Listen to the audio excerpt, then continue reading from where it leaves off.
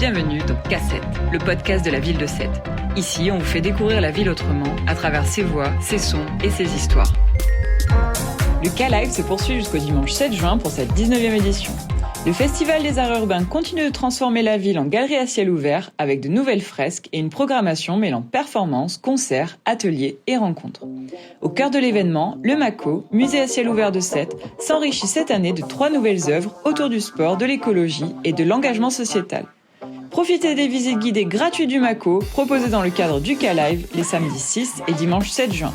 Informations et réservations auprès de l'archipel de Thau au 04 86 84 04 04. Les Halles de Sète sont en finale du concours Votre plus beau marché, organisé par le journal de 13h de TF1. Elles font partie des 10 derniers candidats encore en lice, tout peut encore se jouer. C'est maintenant que ça se décide. Chaque vote compte pour faire gagner les Halles de Sète et leur offrir le titre du plus beau marché de France 2026. Et petite info, vous pouvez voter jusqu'à 10 fois par jour, alors autant ne pas s'en priver.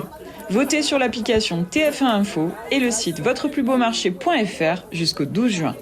La ville se maintient cette année encore dans le classement national des villes et villages où il fait bon vivre en occupant la 87e place à l'échelle nationale et la seconde place du département de l'Hérault.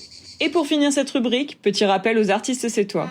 Le concours pour l'affiche de la Saint-Louis 2026 est toujours ouvert. Vous avez jusqu'au 18 juin pour proposer votre création et peut-être représenter la plus grande fête de la ville. Aujourd'hui, nous avons le plaisir de recevoir Marine Perea, nageuse de natation artistique qui a réalisé une magnifique performance en décrochant le titre de championne de France en solo libre N1. Une victoire qui récompense des années de travail et de persévérance. Bonjour Marine, alors avant de parler de votre titre de championne de France, pouvez-vous nous raconter qui êtes-vous et comment a commencé votre histoire avec la natation artistique ? Oui, alors je m'appelle Marine Perea, j'ai 18 ans, bientôt 19. Je pratique la natation artistique depuis maintenant 14 ans. Pendant 4 ans, j'ai été au pôle à Aix-en-Provence. Après, j'ai pu intégrer donc l'INSEP à Paris et j'ai décidé d'arrêter le haut niveau donc l'année dernière pour revenir sur Sète pour faire mes études à Montpellier et tout ça.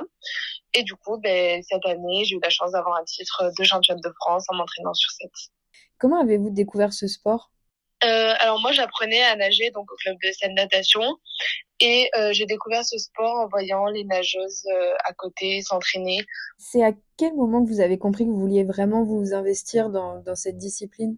En 2020, si je me trompe pas, mon entraîneur donc de Sète a été contacté par les entraîneurs d'Aix-en-Provence. Ça faisait quelques années qu'il y avait le pôle de Colomiers qui nous contactait déjà pour que j'aille là-bas, mais j'avais pas du tout envie de partir de chez moi. Donc je suis partie à Aix-en-Provence pour mon année de troisième et c'est à ce moment-là que j'ai connu le haut niveau, des championnats de France élus, des équipes de France, des championnats d'Europe, etc.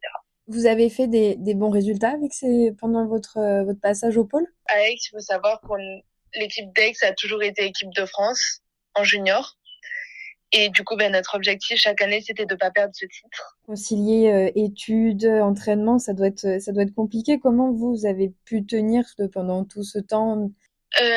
Alors à Aix, on avait de la chance d'avoir un accord en fait entre le collège, le lycée et le CREPS. Et ça permettait du coup d'avoir des horaires aménagés. Et après, sur Paris, c'était encore un tout autre emploi du temps. En fait, c'était surtout donc le sport qui passait avant les études. Mais est-ce que vous arriviez de temps en temps à vivre une vie normale, je vais dire ? Que ce soit le CREPS ou l'INSEP, on est tous à l'internat, on est tous ensemble, on est de différents sports et du coup, on arrivait de temps en temps à se retrouver tous ensemble. On a des espaces communs dans les internats pour se retrouver tous ensemble et après, on a quand même les week-ends. On n'a pas stage tous les week-ends à part en période de compétition où ça se resserre. Mais du coup, on a tous les week-ends. Moi, je rentrais très souvent chez moi pour voir mes proches. La distance, ça doit être pas facile à gérer quand on est quand même encore jeune. On a besoin peut-être de ses parents de temps en temps. Moi, je suis partie à 15 ans. Maintenant, c'est vrai qu'ils ont avancé ça. Ils les prennent très tôt. Ils les prennent à 11 ans. À 15 ans, t'as quand même une maturité assez grande pour accepter tout ça. Mais c'est sûr que petit, c'est très compliqué.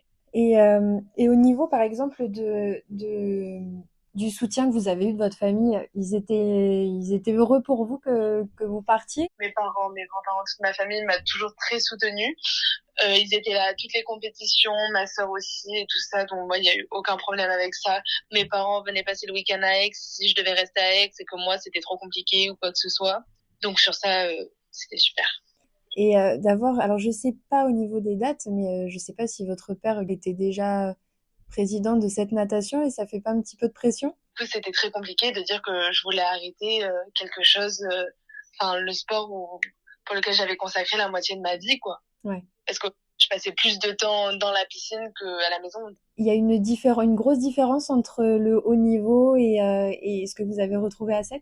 À Aix-en-Provence, on avait une super complicité. On était toutes des copines. On n'était pas seulement des coéquipières dans l'eau, on était copines dans la vie et tout ça. Après, à l'INSEP, c'était beaucoup plus compliqué parce que on a des sélections très souvent.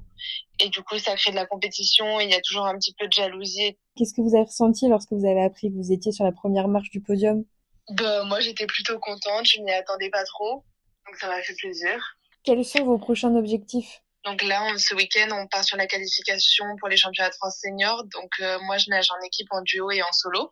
Donc on va essayer de faire un maximum de résultats et essayer de qualifier du coup pour ces championnats de France, qui seront à 7 d'ailleurs. Entraîner pour vous, c'est la suite logique? J'avais pas du tout prévu d'entraîner.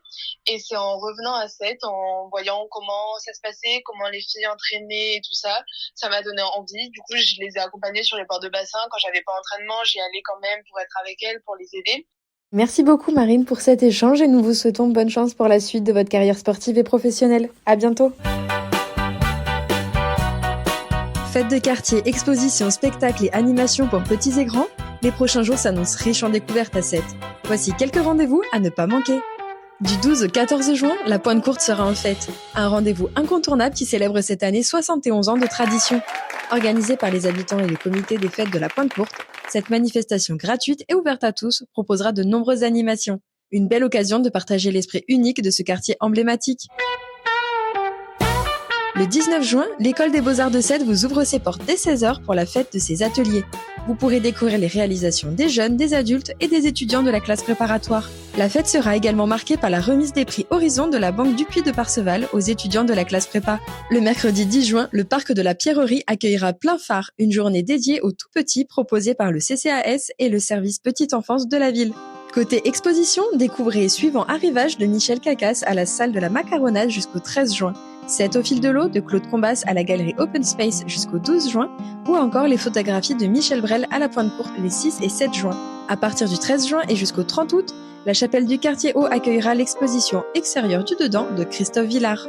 Enfin, vous pouvez toujours visiter l'exposition Les Moyens du Bord d'Adrien Frégosi et ses invités au Miam jusqu'au 7 mars 2027. Retrouvez tout l'agenda des événements et des expositions de la ville sur 7.fr.